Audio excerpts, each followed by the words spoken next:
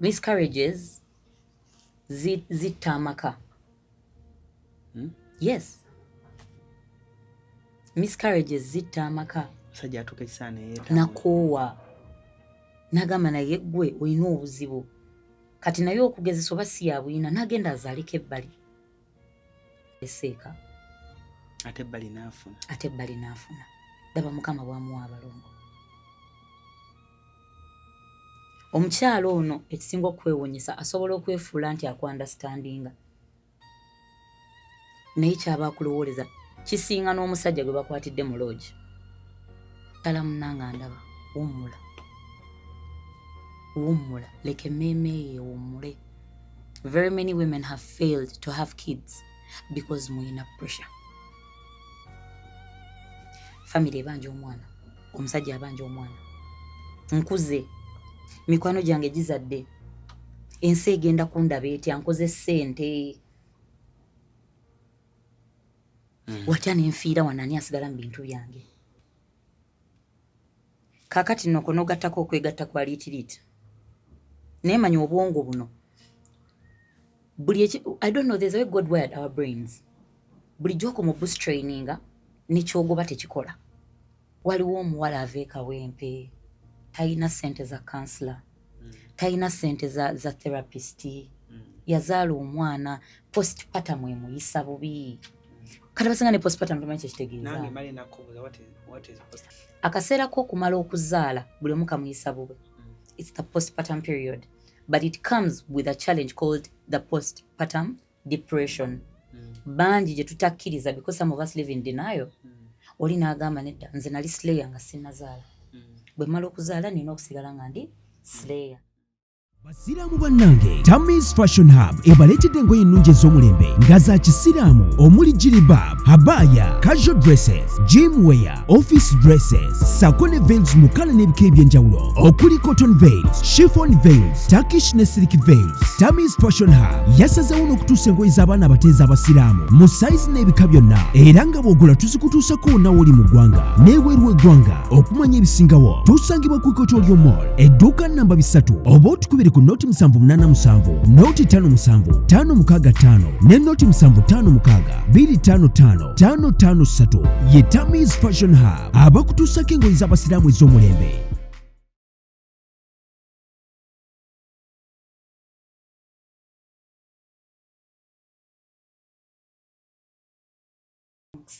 Era nabonna bakolagana nabo mukwano gwange obasanyuse mu ngeri emu oba endala muli nyirisinga amanyi Kristo Yesu nasabde nga mwenebaliza. Amina. Amina. Kyekyo tugende mu maaso.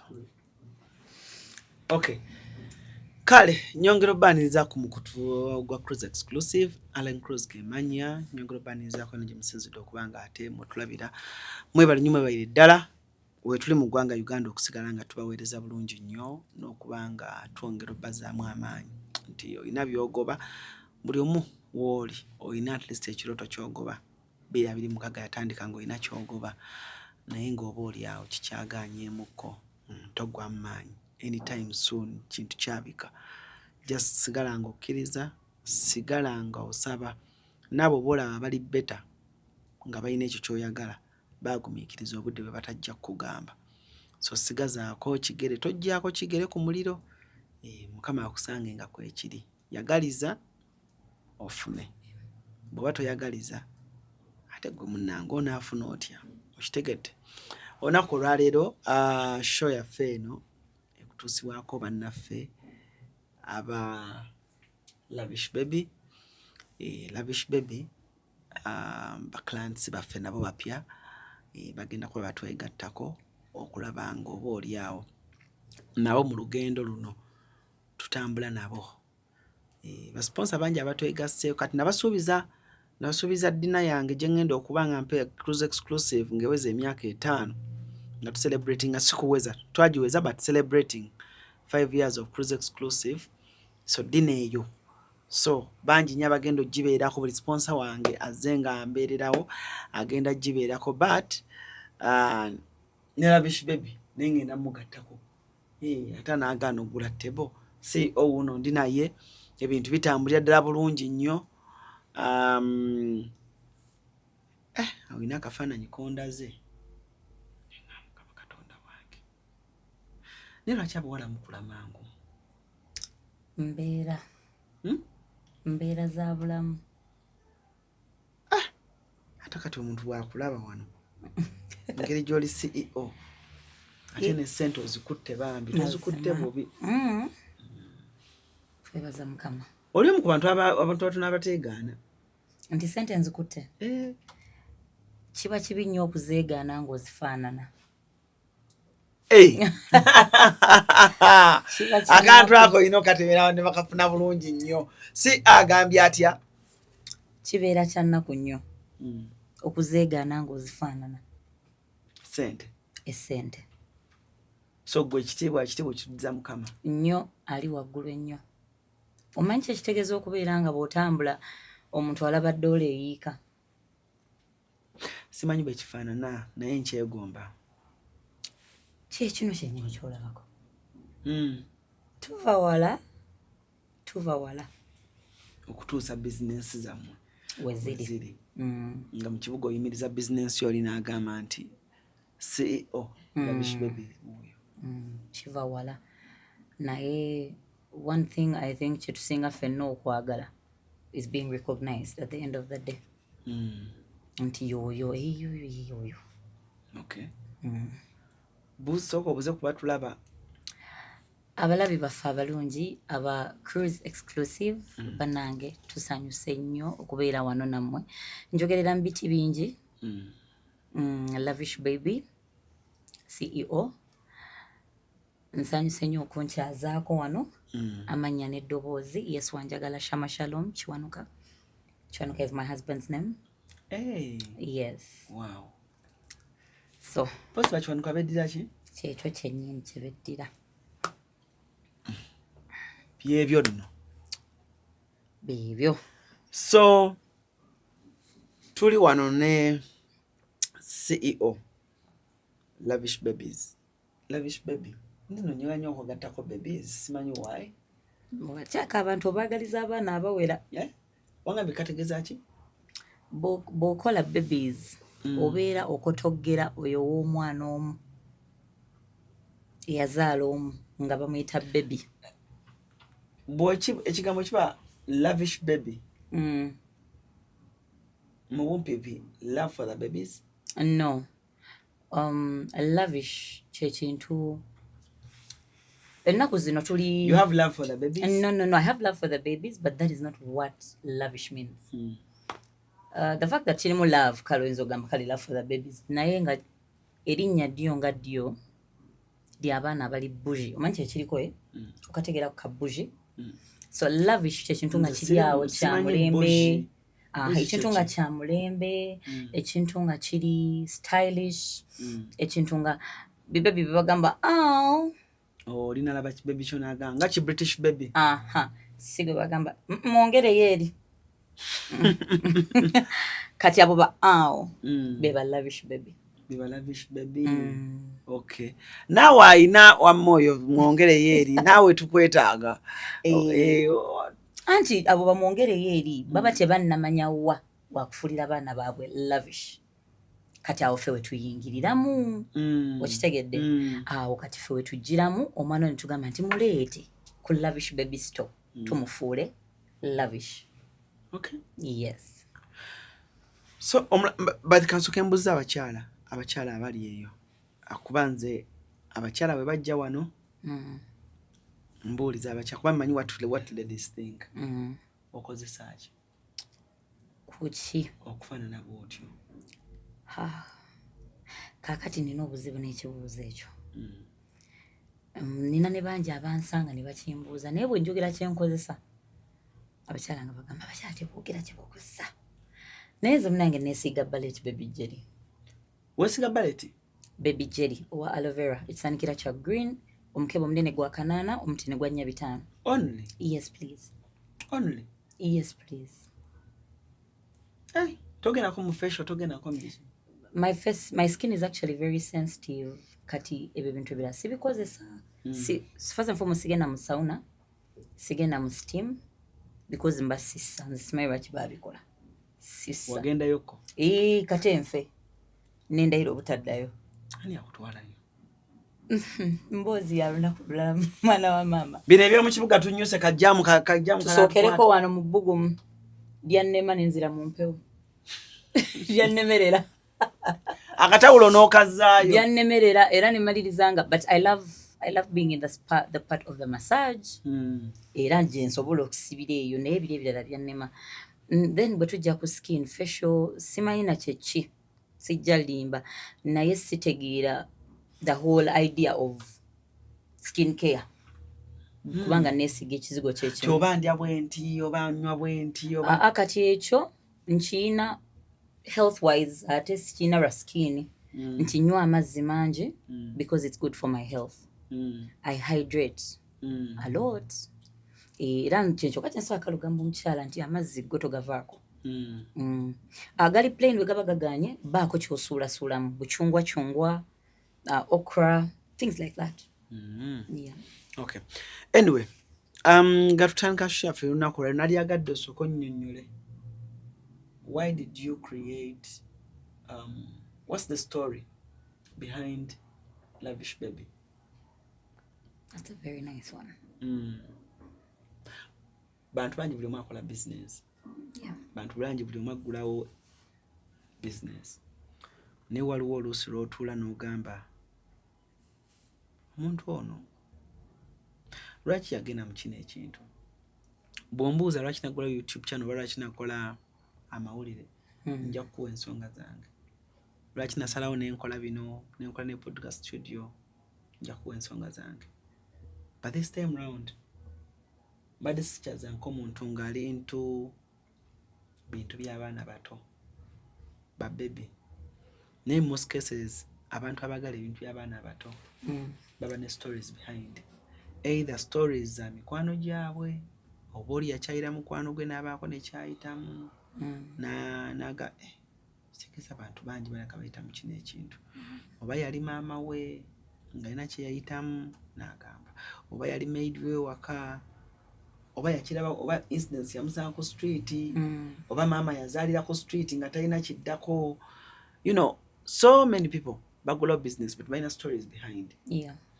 Before someone falls in love with your brand and loving what you do, yes, in most cases omuntu aba yetaaga okusooka okumanya what's the story behind your business. First and foremost, Lavish Baby nga bwe nsoose okugamba nti etegeeza omwana oyo wa awo kubanga ffenna gwe twagala. But initially it is about omwana.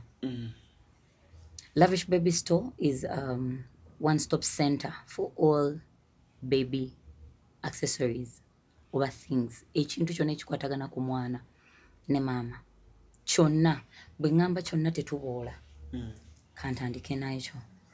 However, business yaffe eno yatandikira ku nze Ssekinoomu. Ndi muzadde and I go by Mother of Kings. Olina abaana balenzi? Yes, please. Oli Mother of Kings? Yes. Tolina muwala? Mulimu omu. Okay. Bali baamubuutikira. Ate baamusooka. Wow. So nenfuuka maama wa Bakabaka. Naye before I became the Mother of Kings, a lot happened before that. And I realized twina abazadde out there that go shopping for their babies. Naye nga waliwo ekibulako. And twina n'abazadde abalala nga muzadde mu mutima.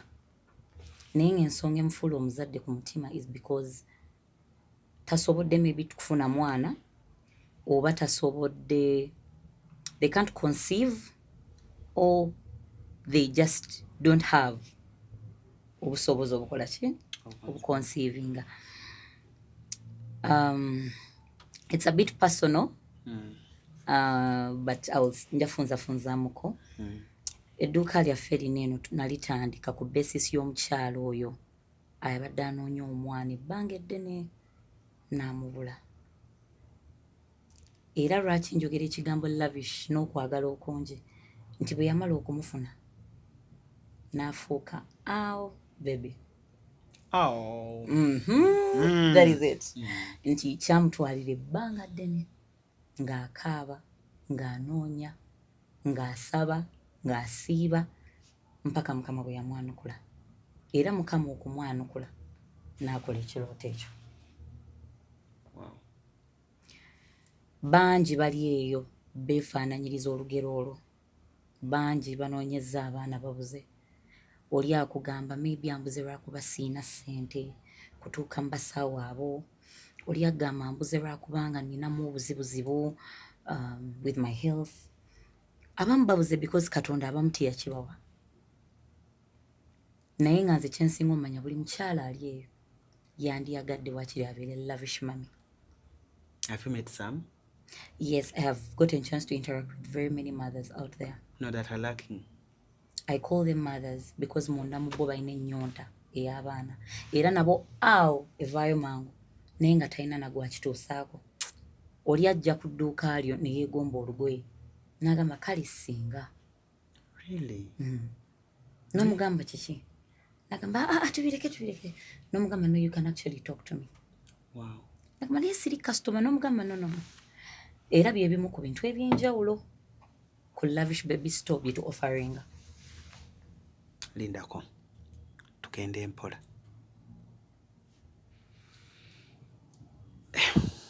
Ojja kunsaasira nja kuyita Mami Lavish. That's okay. Byoli mu kuŋŋamba nabiwulirako naye nali sibiwulira kuva ku muntu naye waliwo yakiŋŋamba nti some ladies bagenda mu maduuka g'abaana abato ne balabako bulabi ku ngoye naye nga ku mutima just yeegomba bwegombi. I wish I had a baby. Yes. I wish God gives me a baby. Yes. You've seen that? I have gotten chance to even have one eyajja nga munne agula munne yalina olubuto kati nga waliwo byakwatako nga bya bbeeyi oli namugamba tofaayo ekyo nja kigula n'ekyo nja kigula. Luvannyuma nnyo ne muwulira nga I think they got a one-on-one. You know when people sit katugambe they're trying to get money okitegedde oli najeyo sente to clear up stuff. Ne muwulira nga gamba ye mukama ne bwe wandimpadde omulema owange yandiyambadde. Kirumya omutima ate gumenyeka naye nga be bangi nga si kyesiimire naye nga tamanyi nakyakukola tamanyi. Omanyi waliwo essaala gye tutera okugamba Katonda nti mukama naye lwaki nze. Kati abo bamaama gye bali bwe batyo nga nsaba olunaku lumu. Kati ekibampisa bamaama kyekyo nti munda muye alina okuyaayaana. Ayagala omwana. Yes. Muli awo ayagala okuzaala omwana. Nti mukama ne bwe yandimuwadde ekiwuduwudu kale nga tekirina magulu, it would still make a difference in her life. Nasanko omukyala emulaga eyo nga agaba ebintu. Yali ngambye okujja ku wano ku shop back 2023 nangamba yansanga mulago nangamba omanyi lwaki ngaba ebintu nangamba essanyu lye nnina ndirina kulaba nga nina omukyala gwempa obugoye kubanga nze byannema. According to her, yafuna so many abortions. Abortions. Like as if those are miscarriages. Miscarriage. Sorry. Yafuna so many miscarriage. Nga n'abamu oluusi oba oli awo abazaala ne bafa.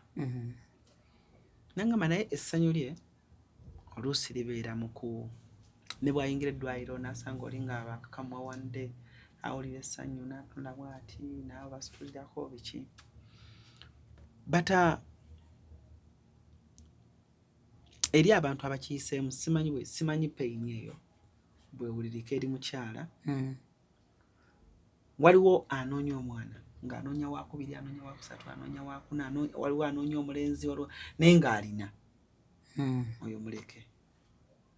kati waliwo anoonya asooka kugamba olugero olwo nali noonyezaako omuntu ayagala gwe njagala alunyumizeemukko oba oli eyo oba okusuula abaana mutoyi kinaakendeera oba okusuula abaana kasasiro kinaakendeera like olinga n'owulira essanyu ng'olya waliwo omukyala eyaŋŋamba n'aŋŋamba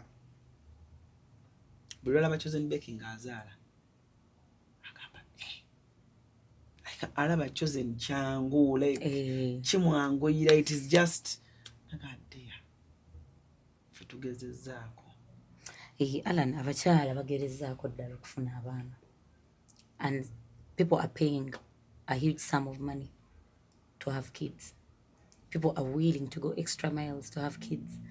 Naye omwana kyekintu ekyo kiba kibulako mu bulamu bwo to have meaning. Gwe wenna ali eyo ng'otuuse okuzaala abaana. You can make money. You can have it all. You can choose a life that you want for yourself. But a life that does not have children in it is meaningless. And tojja kukeera ku makya otulimbe mb'otwagala nga teweeyagadde kutuuka awo kweraba mu photocopy. Nkaddemu. Tojja kutulimba ffe abantu nti otwagala nnyo nga gwe tosobodde kweyagala kutuuka awo kwekuba mu photocopy. People are happy without kids. People are not happy. People are suffering without kids. Kyova olaba nti omuntu osooka tuula naye n'omanya olugero lwe. Waliwo abakkiriza ne bagamba Katonda bw'oba bw'otyo bwe wasalawo nga siri wa kuzaala. Waliwo oli nga yafiirwa omu n'asigaza trauma n'agamba sijja kuddamu. Waliyo ne yazaala omu nga alina emyaka 14 n'amuleka mu kyalo naye ng'omanyi lwaki tasobola kuddamu? Leeba tagiddira. Obulumi nga tabuddira. Bayita omukyala. Naye tolina ngeri gy'obeera mukyala n'otugamba oyagala baawo oba omwami wo nga tosobose kweyagala kwekolamu photocopy. Ekyo bw'osirikirira n'okifumiitirizaako ojja kutegeera lwaki nkyogedde. Olaba n'omuchina alina original, alina fake, alina third copy, alina ne no copy. Olwo gwe omuntu bagambye zonna tayagala zitunulako tezimusanyusa. Akola engatta emu ng'eriko puma, n'akola eddako ng'eriko wuma, endala eriko mma, endala eriko a. They look the same but they're different. Naye buli bw'atunuulira what he made asanyukira obwongo bwe kye bwakola. Olwo gwe omuntu. It's exciting, Alan. Having children is exciting. And it is challenging for those that don't have them. Abatabalina bali mu kwetambula mu ki? Obunyigiriza, Alan. Omuntu atalina mwana. Obulamu ddala nga amunoonya. Tuve ku muntu atalina mwana nga tanneeteekateeka. Twogera ku maama yeka, twogera ne ku taata. Twogera ku maama. Njogera ku muzadde omukyala. Because gw'otegeera. Gwentegeera. Because bye bigere mwe nsobola okulinnya. Kubanga yasitula. Era Mukama teyakola nsobi kubeera nti ffe baateekateeka okuzaala. Wabula teriyo omwami agamba mbu cramps zinuma. It is not there. Naye buli bwe zikuluma gwe omukyala n'ogamba ha yandiba omwana. Kale singa abadde mwana. Kale oyo asobola okuba omwana. You understand? So I cannot relate with men, but I can actually relate with women. Singa omuntu oyo atulaba akubuuza nti Lavish mami noonyezza omwana mbuze. Yes, Lavish mami gwabuuza si musawo. Yeah. naye amuwulidde ng'agamba alina ku ka background ak'ekyo oba omuntu kyaba ayitamu. Nga bwe tuli ku sheno nkimanyi abamu bajja kukubira. Oli akubuuza gambe naye byonna wabyogedde. Like, how do you win that battle? You get? Because bwe tubano nga twogera waliwo oyo gwe tuli mu kwogerako nga kyaliko. Kyovula sometimes nze ndaba stories ku mawulire nga bagamba omukazi bw'ati, omukazi yabbye omwana mu ddwaliro. Nze sibesangwa bajajinga naye bw'aba tamubbye nga waliwo b'osanga nga bamukutte n'omwana naye nga bamusanze amuwa mata, yamubbyeyo amulina ewaka, bamusanze amuwa mata, bamusanze amulabirira. Most cases ndaba bamu ababakuba nga no, try to find out her story before nga tonnamukuba. Kubanga yes ayinza okuba abadde abbye omwana wo kiruma nnyo naye bw'oba mukyalo ogezaako okufinding out. So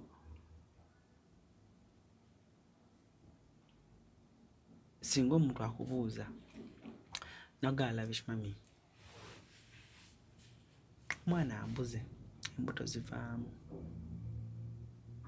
abamu bakebera nokebera mu malwaliro nga bamugamba you're fine. Kiki oyinza omugamba? Alan, tulina ensonga ez'enjawulo eziyinza okutulemesa okufuna abaana nga bwe nagambye. Nga bw'ogambye nti omu basobola omukebera nga actually ali okay, omulala ne bamukebera. Kakati abasawo nguyita muze baatandika ekya olina amagye amakadde, olina amagye amato. Kakati bakwata omwana w'emyaka 27 ne bamugamba amagye ge gakaddiye. Okitegeera? Ate ne basanga owa 38 ne bamugamba ate mato nnyo to conceive. Waliwo alina amakadde ku myaka emito ate waliwo alina amate ennyo ku myaka emikulu. N'omuleka mu bbanga ng'omukazi tamanyi kyakola.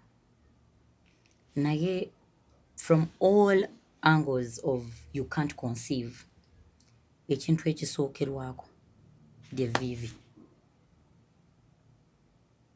Bwe ŋŋamba evviivi kuba kusaba oba gwe eriri olikozesa ki? Evviivi teririmba. Omwami oyo Pastor Bugembe yayimba oluyimba olwo lwatunyumira kuba lulina ekidongo naye bw'oluwa obudde evviivi teririmba. Alala Katonda oyo ali mu ggulu, ffenna atuwulira bubwe. Okitegeera? Waliwo abakaaba atayogedde naye ng'emmeme yagiwulira. Eri afukamira n'amugamba Mukama kulino kaba otakikola tugenda mu lusirika me and you. Eri amugamba Mukama weebale ku lw'abaana bange abajja nga tabamanyi nabba manya waagenda bajja nga tonnaba kuyingira ddwaliro lyonna. Sooka oyogereko neyakutonda. Oyo yabikula ebyama bya ndoga, yabikula ebyama bya simanyanga nina ekirwadde, kubanga n'abasawo bennyini ababitubuulira they just don't come out of the blue. Bw'ova ku viivi lino mukyala munnanga ndaba wummula, wummula, leka emmeeme ye ewummule. Very many women have failed to have kids because muyina pressure. Family ebanja omwana, omusajja abanja omwana, nkuze, mikwano gyange gizadde, ensi egenda kundaba etya, nkoze ssente. Watya nenfiira wanani asigala mu bintu byange. Kakati nno konogattako okwegatta kwa liitiriiti. Naye manya obwongo buno. I don't know, there's a way God wired our brains. Buli gy'okoma mu boost traininga n'ekyogoba tekikola. Kakati gwali eyo nga bagambye bannange tolina buzibu. Omubiri gwo guleke guwummule. Wuliriza omusawo era wummula. Weebakeko, ffenna tunoonya ssente naye nze nga bwe nabagambye omwana tebamugeraageranya ku bintu bimu. Wummula nakyo kyokya exercising. Ekyokusatu, abamu ku mmwe temumanyi where to go. Abakyala bangi omubuuza n'omugamba wagenda wa gye baakugambira nti gwe tosobola kuzaala. Nagamba nze kati olaba nina omusawo wange ali eyo mu ddwaliro naye eddwaliro nga ddene. Mugamba waayi. Kati omanyi musawo w'abaana. Owulidde musawo w'abaana. Si musawo w'abakyala. Era kyewamunnyonnyola tewamweyabiza kyovola naye tamanyi what exactly to help you with. Let us try so much to meet the right people abali mu mulimu guno gw'okutuyamba. Kyenandiise ng'ekyokuna ekyandituyambyeko eri abo bannagezaako abaana bazze bafa, nze kyempita ensonga yange enkulu because kati era nzizeeyo ku kiri nti I'm speaking out of experience. Alan, embuto zisobola okujja nga bwe zigenda. Gye kiri n'okulukuta olusooka, olwokubiri, olwokusatu, olwokuna, olwokutaano, olw'omukaaga, olw'omusanvu, olw'omunaana, olw'omwenda, olw'ekkumi. Alan, ku sipiidi gy'otasobola na kulowoozaako. Olubuto lw'omwana? Nga nakula naaweza emyezi 4 n'ogamba Mukama tuyingire ogwokutaano, muba muguyingira muti naayiika. N'obaka olwokubiri ku myezi 3 ne luyitamu. Alan, omwana aluma. Naye ate tewali kisinga kuluma nga kuyita mu mbeera eyo without a supportive partner. What do you mean supportive partner? Kuyita mu mbeera without? Jjukira zino embuto zonna ezijja zivaamu ziba za mwami oyo omu. I am assuming. Ne bw'aba si omu naye nga mu bulamu bwe kizikituukawo. Kaakati bw'oba toyinaako mukono gwa muntu ono azikufunisa akuyimirira naawe, kugamba tuyitawo, tusobola tumalako, n'evviivi liri ly'ensoso okugamba lisobola okukulema. Okitegeera? Omuntu ono omulala gw'ogezaako to form or make or build a family with has to be one of the first people to stand with you in this situation, because miscarriages zitta amaka. Yes. Miscarriages zitta amaka. Musajja atuuka ekisaana nakoowa n'agamba naye ggwe olina obuzibu kati naye okugezesa oba si yabuyina n'agenda azaaleko ebbali eseeka ate ebbali n'afuna. Daba Mukama bw'amuwa abalongo.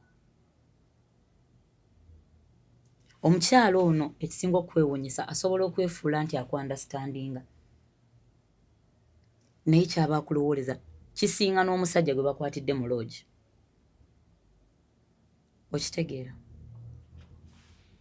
Abandowooleza ki?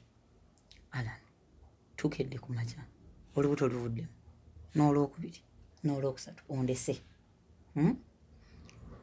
Naye wano wonna mu kaseera kanene owengezaako okunoonya embuto zineeno noonyeza ggwe ogaziya ekika kyo kyekisooka.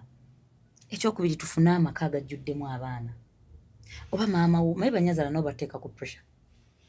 Nyazaala abanja omwana ku sipiidi n'oweewange nnaabanja nti nyazaala akubanja nange maama wange bwammanja. Okitegeera? In that struggle bondekera omugugu guno nzekka mmenyeka kati kwa mwaka faananyi ogundekedde ate gwe n'ogenda n'ozaala ewalala. Kati kyotegeeza tugende ku mikolo ewammwe nga n'oli omukazi ajja oba nga nze nyimirira mu kiti ky'okuba nti nze maama waabwe. Kakati kyayinza okukola be babakyala bawa abasajja obutwa n'amutta n'agamba kati abaana beeri maama waabwe abalabirire saa kajanja nze kansigaze ebyobugagga nga kyamulumya omutima because ekintu ky'omwana kiri personal. Teriiyo muntu akugamba nti navamu embuto 2 n'omusango kubo ng'ataya nagamba oh it is actually okay I only lost 2. Taliiyo. Taliiyo, teri mukyala afuna miscarriage n'asigala kyekimu nga bwe yali. Taliiyo. Era gwe omubuuza n'omugamba nga kibi nnyo biki, nagamba munnange kibi, n'omugamba naye embeera ogiyiseemu otya. Abasinga bajja kugamba omwami wange ayimiridde nange. sanga gama omwami wange tayimiridde nange omubuuze kati omukiinako kati n'omugambe naye abasajja olabe kyajja okugamba sigamba n'owulira ngu oyagala kiwabu twayagala kitoya you understand it's painful because omuntu ono gw'olowooza yagenda okusooka okweyimirira naawe mu buzibu buno yet some men don't which I don't want to attack their side but it is very painful. Ekintu ky'omukyala okuvaamu omwana okuvaamu olubuto olusooka olwokubiri olwokusatu olwokuna bwe tukomawo njagala otuweeko kale gwasinkana ku bamaama bajja ku dduuka njagala otusiigire ku kifaananyi ky'obulumi oba oli eyo abasajja abatali patient mukko baleme kudduka naye basobola obutadduka mukama asabibye tumulemu tukomyewo tova tukwaniriza ku Kasirye Breeders Emityana wogenda okusanga ennunda y'ente eri ku mulembe n'omutindo omulungi. Ente zaffe enteeketeeke era nga za lulyo omuzungu zayita pedigree mu bika ebyenjawulo omuli Flick View, Holstein, Friesian, Ayrshire wamu ne Jersey breed ezigenda okuwa amata okutuuka ku liita 36 ne liita 46. Jangu ku faamu yaffe oyiga okulunda ente z'amata osobola okwenogera ku nsimbi. Bw'ogula ente zaffe z'amata ng'era oyize n'okuzirunda ky'oteekamu ky'ofuna. Tukubire ku noti 7556 86 39 38. Osobola n'okutugoberera ku YouTube oba TikTok n'osobola okumanya ku byonna ebikwata ku kulunda ente z'amata. Kale so tukyeyongerayo tukyali ne Mami Lavish baby gwe tuli naye and I love the experience gy'onyumizaako n'abakyala abatulaba olunaku luno olwaleero. So wetugendedde mu kuwummulako mbadde nkubuuza about your experience eri abakyala embuto zivaamu si kyeyagalire waliwo abazijjamu zivaamu omwami amutabukidde like njagala okumanya kuggwa abamiitinga kuggwa atuula nabo kuggwa alaba ku bakyala abajja ku dduuka ngazze kulaba ku bugoye naye ng'oba oli awo omubuuzo olina omwana wa myaka emikanaga ekyo kireke oba agulira banne like what are these ladies going through abamu kuba wayogedde ku ky'abasajja nabo oluusi obutabeera supportive mu mbeera eyo omukyala gy'aba ayitamu. Nga bwe nagambye Alan obulumi bw'okuvaamu embuto buli unexplainable ddala ku bakyala abaagala abaana kubanga tulina abazijjamu obujje then tulina n'abo aba failing of conceiving naturally. Tugende so ku nsonga eyo what are ladies going through? Abakyala kuggwe b'osanzeeko ne bakunyumiriza. Abakyala b'enjawulo balina obulumi obw'enjawulo naye nze kyensinga okugamba the fact that tuli mu kwogera kwabo abalemereddwa totally maybe to conceive or those that have continuous miscarriages nze nyinza obutasobola kunnyonnyola bulumi bwabwe naye ate abamu ku bo beetaaga ebintu ebitono ennyo oba sinakindi tugambe something to just kubuzaabuzaamuko oba ku bulumi kuba bonna tosobola bwetikka tolina ngeri gy'osobola mugambamu mbwa enkya nkuwa omwana enkya nkufunira solution but there are those few things I think society can pick ne bayimirirako bano abantu bano okay society ngenze wala abatwetoolodde be basobola okukwatirako obulumi buno ne butaba bunene nnyo okitegedde ddala kubanga kiba personal oluusi tulemerera okubaako engeri gye tubyogeramu n'abantu naye gwe aba ategedde oyinza okubaako engeri gy'okola ki gy'omukwatirako obulumi buno ne butabeera bungi nnyo. I cannot really tell you that I can explain the pain but one thing I can tell you is omukyala abuliddwa omwana oba omukyala avuddemuko ku mbuto eziwera n'atuuka ku point okuba nti wayingira edduuka yeegomba akagoye naye nga talina gwakagulira, omutima gwe mumenyefu nnyo, omutima gwe mwennyamivu nnyo. Be bantu b'osanga nga takyasaba bw'ayingira ekereziya akaaba. Abalala bagamba nze nagenda mu lusirika ne Katonda kubanga ne bwe nsaba tampulira. Abalala naggambye ekintu kya miscarriages n'obutaba na mwana kiyonoona amaka. Kati abamu amaka ago bwe gaasaanawo n'obulamu bwe ne bukoma ne bugenda ku stand still. Abalala baavaamu n'entiisa y'ensi, mukanya mulaba ng'atambula akola ebintu ebitasaanidde, but because munda mu ye n'ekyandi mukumyekumye asigale nga yeekuuma ng'omukyala kyafa. Avuddemu embuto nga 8, omusajja n'amuleka n'azaala ebbali, takomyeko ne mumaka n'amugobamu. Omutima gwe guba broken nnyo nnyo nnyo. It's some pain that you can't explain, the same way we cannot explain labor pain. Kati bwe obulumi butasobola kunnyonnyola naye nga gwe ky'obumanya emitima gyabwe gibeera mimenyefu nnyo nnyo nnyo nnyini ddala, and most of them don't know what to do. Nga bwe nsoose okugamba. Anyway, as we are winding up this show, kiki wandyagadde okugamba abakyala? And what's that lavish baby store? Kye nandyagadde obbagamba ddala, the fact that we've been talking about ladies that are going through that particular phase in life. Obulamu twakulaba tugamba life is what you make it. Naye ffenna gye tukomye okula tukirabye nti it is not what you make it. However, mu mbeera eyo ekunyigiriza ennyo, omala okukola biri ebintu bye nkugambye, laba omusawo omutuufu, Mukama bw'aba akusaasidde nga yo partner is supportive, abamu ku mmwe babawadde ku ebyokukola ne babagamba genda eka weebake, naye era olina empaka ogaanye, genda eka wummulamu omukyala munnange. Byonna bw'oba obikoze ne bigaana, naggamba ekisookebwako libadde evviivi, tovaawo awo. Oyo Katonda ali mu ggulu essaawa yonna, he blesses your womb, and trust me, that lavish baby will come. The lavish baby will come.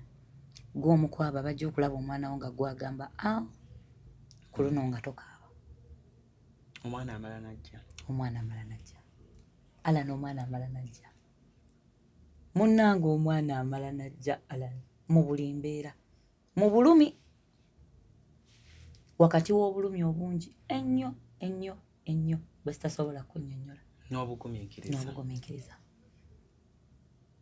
Tobanya munnange obwo bw'anaaba atuuse. Waliwo yadda ngamba tuli nangamba kibi nnyo nti omwana bw'abula omukazi tasobola tryingako walala. Naye ate ba abaami faith men try out there. Ate ni ensi negamba mutuufu abadde ayino. Ate fa lady bambi ng'oba oyinza okulanga olwa kinene mukko n'ensi eyina egyemu gyajinga. Ng'era ensi bw'etasobola gumiikiriza mukyala mwenzi. Naye ate ng'oluusi bw'otunulatunula mukko ogamba oba yandiyenze. Naye ate ng'ensi tegenda mugumiikiriza. Ebintu ebimu Mukama yabyesigalizanga si bya bukyala, si bya butonde bwa kikyala kukola. I don't know if I'm using the right word, but it is not about women to do. Newe tubeera nga ffe abali mwezi opposition of bikola. Because tetuli baami. Nti osobola n'okusanga oluusi omwami yalina obuzibu. Naye era n'asigala nga obuzibu abuteeka ku ki? Ku mukyala. But because n'okwenda obwenzi buzibu, omukyala oyo tasobola vaawo genda kugezesa kulaba oba omwami ono yalina obuzibu. So abasinga obungi they die in silence. Mu bulumi. Either ofumbo olina busulawo n'odda mu bulala. N'ogereza mu obwo. N'ogereza mu obwo. Naye ate y'omwami ageresiza mu bubwo bwennyini nnyini ate n'alowooza nti gy'avudde n'abalala era ogenda bakuza. Era ensi n'eggamba bakuze kuba gwe toyina. Mu kutya okuswala okungi gwabasaba babaleeta. Ensi erowooze gwabazaala. Kale teweerabira. Ennamba ziri wansi awo eza Lavish Baby Store. Osobola omukubirako Mami Lavi ne munyumyamukko. You do counseling? Do you do counseling? Yes. abakyala abali eyo oyinza ogamba nze sijja kujja kudduuka kubanga sina kyengenda kugula nze sijja kujja kuba siina mwana naye nga bwe njogedde ebintu bino oluusi bitulemerera because tetulina bantu bakwogera nabo because abamu ku bakyala bamulekwa ye maama ye taata ye yakuza baganda be tebaalaba ku bassenga baabwe abalala bavudde mu nsi ez'enjawulo najja n'agwa e Uganda because amanyi Oluganda ne bamuwasa wano bakuwasa wano n'osigaza ekika kimu nga nyazaalawo ne famire ya bba kyekika kyo abalala tetulina mikwano anti munange enkwe nazo zisusse n'ogamba nandyagadde nsinkaneyo that anonymous person ntuulemukko naye ndabe ekyokukola bannange do not fear at Lavish Baby Store I personally offer counseling sessions and they are free of charge. Ladies out there, bw'obeera ng'okuzaala it is traumatizing ozadde you're going through postpartum wamala dde okuzaala naye ate kati gozaako wa 14 ate kati olina olubuto you're challenged in what should I get, what should I do, omulembe guno gwetaaga ki. Nkwegayiridde don't look any further, come to me, I will give you help. Abamu ku muli ba first time mothers tomanyi na kyagula bagamba diaper. Nze waliwo omukyala yajja n'aŋŋamba Mami Lavish omwana gwe naakazaala nsobola omuwa nido nido kubanga alaba it's powdered milk ne mugamba nedda maama naye yali asobola alina olubuto lwa myezi 7 yali asobola ddala owa omwana nido kakati oyinza obba naawe oli eyo tomanyi oba tumuwa nido ate ng'olaabo onaabuuza bajja bagenda gamba lwaki weekoza kyogamba tomanyi naye bangi tebamanyi you don't know what to do olina olubuto abaana abato ku mulembe guno sinnategeera nsonga gye bagijja eyakanfuna olubuto nkumu omusajja naye kale katugambe olufunye era olwagala jangu ewange I will counsel you, I will guide you, I will help you get exactly what you need and at no cost. Oyinza okujja n'ongamba omanyi nze neetaaga just kwogeramu na muntu mpulire nga yogera ne maama bannange temuntya lwakubanga mulabanga I could be a bit younger. I have taken time to learn these things. I have taken time to read about these things. I have interacted with very many people betwandigambye abali mu line of work okubanga batuyamba naye ng'ekyenjawulo ekiriwo waliwo omuwala ava ekawempe talina ssente za counselor talina ssente za therapist yazaala omwana postpartum emuyisa bubi kati basinga ne postpartum tumanyi kyekitegeeza akaseera ako omukyala nga yakamala okuzaala abakyala beekyawa abakyala they lose themselves nosanga omukyala nga yali anyirira ogenda okuddamu okumuyita kasibye ebitutu atambula nga atalaba akuba abantu empi atabusa omwana amusobedde abalala omwana akaaba nnyo takyebaka kati nti ne wabeera ku mulimu awulira omwana akaaba it traumatizes them nabagamba asigenda kusobola kukola kanzireyo ndabirira omwana akaseera k'okumala okuzaala buli omu kamuyisa bubwe it's the postpartum period but it comes with a challenge called the postpartum depression bangi gye tutakkiriza because some of us live in denial oli n'agamba nedda nze nali slayer nga sinnazaala bwe mmala okuzaala nina okusigala nga ndi slayer era bw'atyo mpolampola n'adduka ekikumi adde ku mulimu kaakati okubalansinga obulamu bwa slayer n'obwamaama n'alemererwa wakati awo bazadde bannange abakyala abali eyo I'm talking to mothers out there, ladies out there, don't be challenged mu bintu bye. Come to me, we sit down, we talk, we have a one-on-one. I promise you it is strictly confidential. Bw'oba toyagala kundabira ku dduuka nga Alan bw'agambye namba zaffe weeziri awo reach out to me nkubire essimu bw'oba olaba toyagala kundaba twogerere ku ssimu I will help you out. Okay. Kale ku Cruise Exclusive kwe tuli Sunday agadde kubanga ate nsukka kwa n'olunaku olwaleero but for now musebe bulungi.